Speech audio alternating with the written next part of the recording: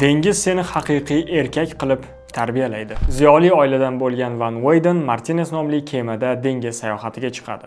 Ammo kutilmaganda ularning paraxodi boshqa bir paraxod bilan to'qnashib ketdi. Palubada shovqin, kutilmagan to'qnashuvdan esankirab qolgan Van Weyden hamma qatori o'zini suvga tashlaydi, chunki ularning Martinezi cho'kib borayotgandi. Falokatli tundan keyin Van Weyden boshqa bir ruh ismli shxunaga chiqadi va u yerda dengiz ovchilariga duch keladi. U tushib qolgan kemadagi odamlar butunlay boshqacha. Bir-birlariga na iltifot, na qayg'urish degan narsalar yo'q. Ayniqsa, kema kapitani Buri Larsen birovning xohishlarini umuman eshitmaydigan va juda o'rinli qilib aytganda razil odam edi. To'rt tarafi dengiz. Kemadan qochganda ham qayerga boradi?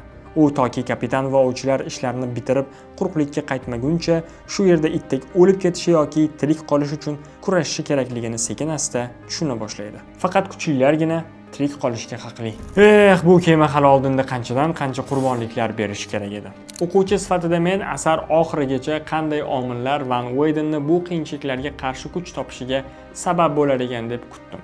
Ba'zi kemadagilar kabi o'lib ketadimi yoki bo'lmasam tishini tishiga qo'yib sabr qiladimi? Va Jack London oxirida men umuman kutmagan va o'ta go'zal yakunni sovg'a qildi.